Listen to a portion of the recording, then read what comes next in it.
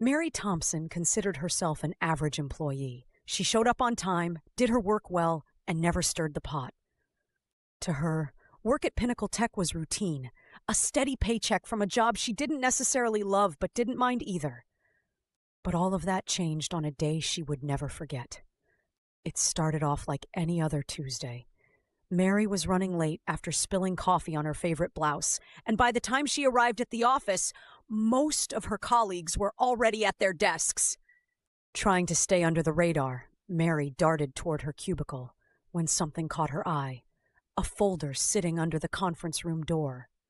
Normally, Mary wouldn't think twice, but there was a bright red sticker on the folder that read, "Confidential! Do not remove." Her heart nearly stopped. It wasn't the usual sales reports or memos she'd expected.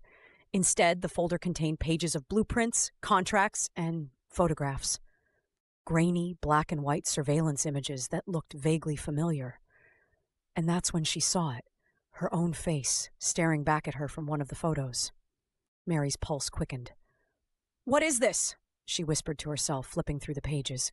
The documents only raised more questions. Bank transactions. Massive sums of money being funneled into unmarked accounts. And then, buried deeper, a document titled Operation Shadow.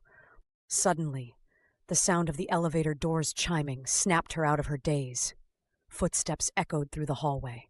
Panicking, Mary slid the folder back under the door and scrambled to her desk, heart pounding in her chest.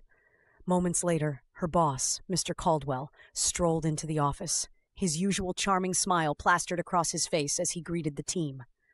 "Morning, everyone," he called out, his tone cheerful and disarming. But now Mary couldn't look at him the same way. What was hidden behind that polished exterior? Could he know she'd seen the folder? Her stomach churned as she replayed the name, Operation Shadow. For the rest of the day, Mary felt like she was being watched. Maybe it was her paranoia, but Caldwell's glances in her direction lingered just a bit too long.